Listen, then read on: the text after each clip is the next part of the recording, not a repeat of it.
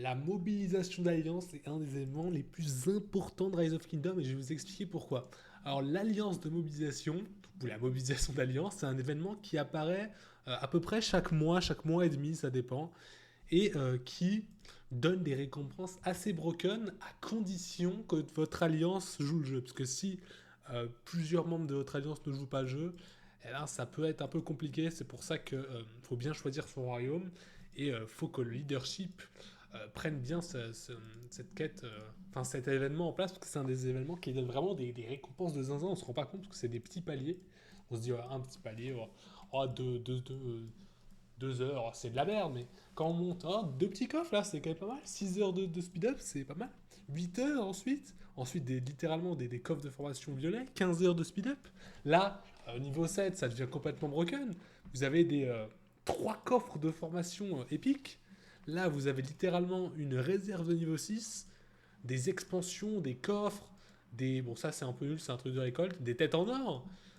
De combien vous avez déjà, des trucs d'armes, plein de coffres, plein de TP, encore des expansions, des coffres, des 15 heures, des 1 jour de speed-up et plus, là, de chaque élément, encore des expansions, des pierres de transmutation, enfin bref, les récompenses sont assez broken, donc faut vous assurer que vous êtes dans une alliance qui fait l'alliance mobilisation et qui vous aussi vous la faites, hein, parce que si vous la faites pas vous, bah, vous pouvez pas faire gagner votre alliance.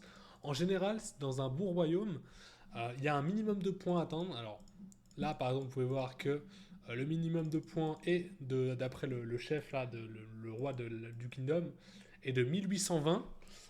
Je pense qu'il a choisi ce nombre parce que c'est justement ce qui permet d'avoir la récompense niveau max. Alors c'est quand même assez dur à atteindre, il faut quand même mettre les speed-up, mais de toute façon, c'est quasiment le seul événement où tu requiers de mettre des speed-up. Et là en plus, on a de la chance parce qu'il y a un événement jour de l'entraînement qui fait que bah, ça nous incite à utiliser speed-up pour aller en or. Donc là, c'est vraiment parfait. J'ai l'impression d'ailleurs que c'est fait exprès, parce que la dernière fois aussi, on a eu ça, donc je pense que c'est fait exprès.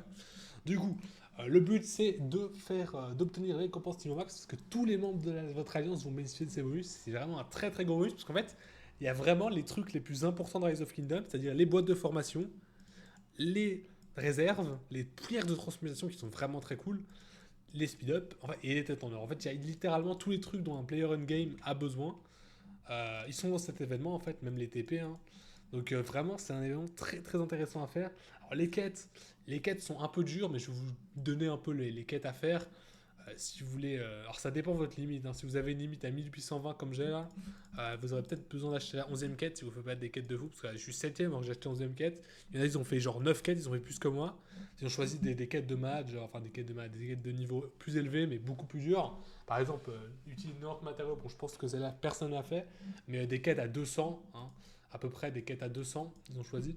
Moi, j'ai choisi des quêtes un peu plus basses, mais pour atteindre la limite, j'ai fait la 11e quête, donc j'ai payé 600 gemmes. Il faut savoir que vous pouvez acheter une dernière quête qui coûte 600 gemmes. En général, c'est rentable si vous n'avez pas fait votre minimum de points. Ça aide l'alliance, ça peut vous aider vous. Voilà, en général, les quêtes, c'est faire des forts, 50 forts en 4 heures, donc ça, faut bien tryhard. Il faut que votre alliance soit active. En l'occurrence, l'alliance est plutôt active, 5 forts à la seconde, alors qu'on n'est même pas en uptime.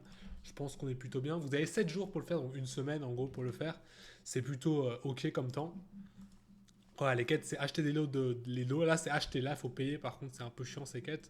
Là, il faut utiliser des matériaux légendaires. Donc là, ça va être très très dur à faire. Je vous le conseille pas cette quête. Hein.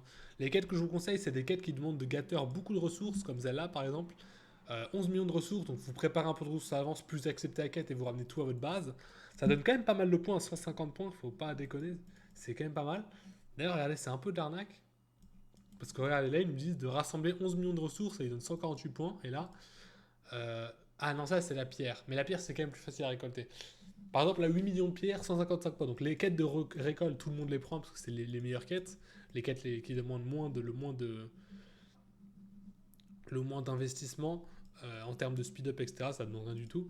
Donc c'est les quêtes que tout le monde pique. C'est les quêtes que vous devez piquer aussi. Il y a les quêtes de tuage de barbares. Alors il n'y en a pas, mais il faut tuer 400 barbares en 1 heure. Là, c'est chaud, mais il faut utiliser des bottles. D'XP, pareil pour l'effort, il faut utiliser des bottles d'XP, mais c'est soit ça, soit vous utilisez des speed up. Obligé d'utiliser un truc dans cet événement. Et bah, de toute façon, si vous êtes dans une alliance, ne serait-ce un peu, même minimum compétitif, vous aurez un minimum de points. Là, en l'occurrence, je pense qu'on a un minimum de points pour atteindre le niveau max, mais il y en aura peut-être qui se seront plus bas minimum de points.